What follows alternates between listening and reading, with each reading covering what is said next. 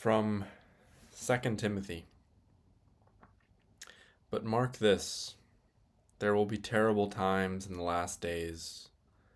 People will be lovers of themselves, lovers of money, boastful, proud, abusive, disobedient to their parents, ungrateful, unholy, without love, unforgiving, slanderous, without self-control, brutal, not lovers of the good, treacherous, rash, conceited, lovers of pleasure rather than lovers of God, having a form of godliness but denying its power. Have nothing to do with such people. They are the kind who worm their way into homes and gain control over gullible women, who are loaded down with sins and are swayed by all kinds of evil desires, always learning but never able to come to a knowledge of the truth. Just as Jannes and Jambres opposed Moses, so also these teachers oppose the truth. They are men of depraved minds who, as far as the faith is concerned, are rejected. But they will not get very far because, as in the case of those men, their folly will be clear to everyone.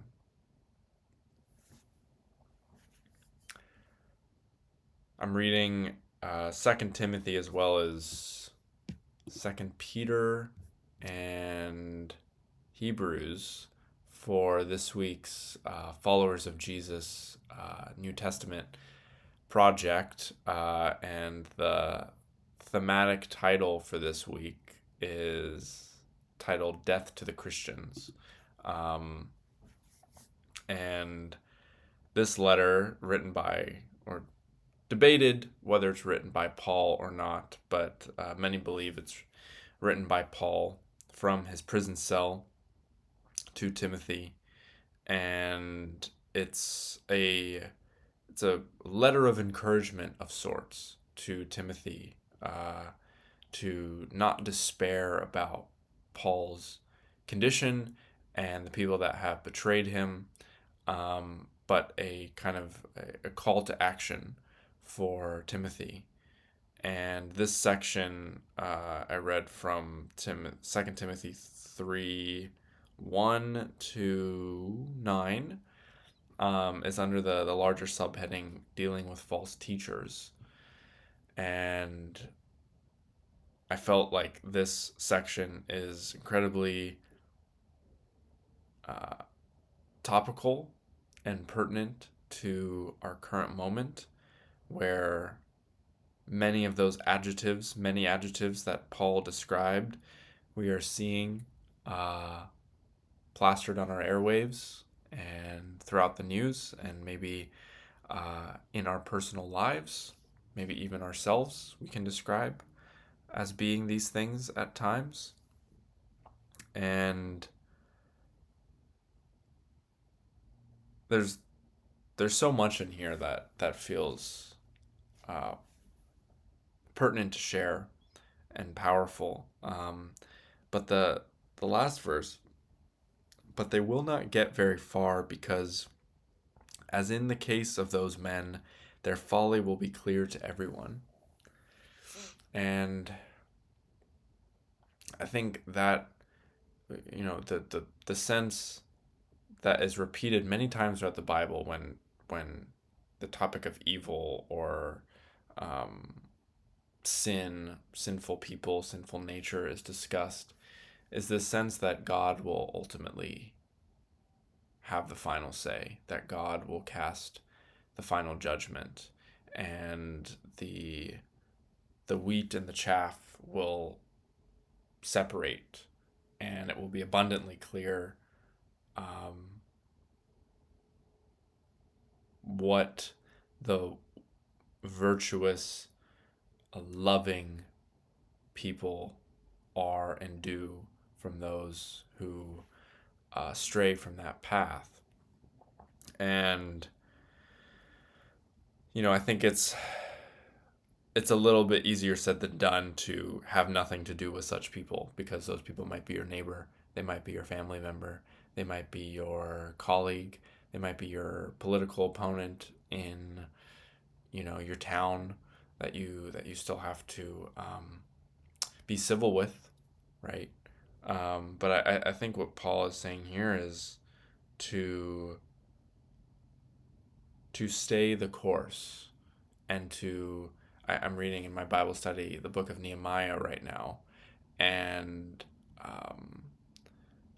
when the Sumerians are, uh, you know, lofting all these vitriolic volleys and taunting the Jews, and at one point when Nehemiah is building the wall, and there are opposers to the building project that need to be dealt with, instead of taking time away from the project himself to go deal with it, he sends messengers on his behalf, so that I think he quotes like the work must be done. I'm doing a great work for the Lord. Um, and so I think what Paul is saying here is to continue to have steadfast love and continue to do the Lord's work in the midst of, um, you know, evil and terribleness around you. Because it can be very easy to despair in that, to say, well, what's the point? If this is going to continue to persist in the face of me, trying to live a good life, then what's the point? If it doesn't lead to, sanctification for everybody. Um, and I think by saying have nothing to do with such people, I don't think he's necessarily saying to cut them off if they are in your life, but I think it's more like don't let that weight drag you down with that. Um,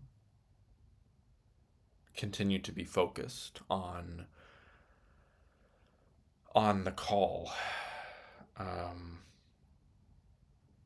And so then that leads to the final, or not the final, the next section, one of the last sections of the letter, which is titled "The Final Charge to Timothy."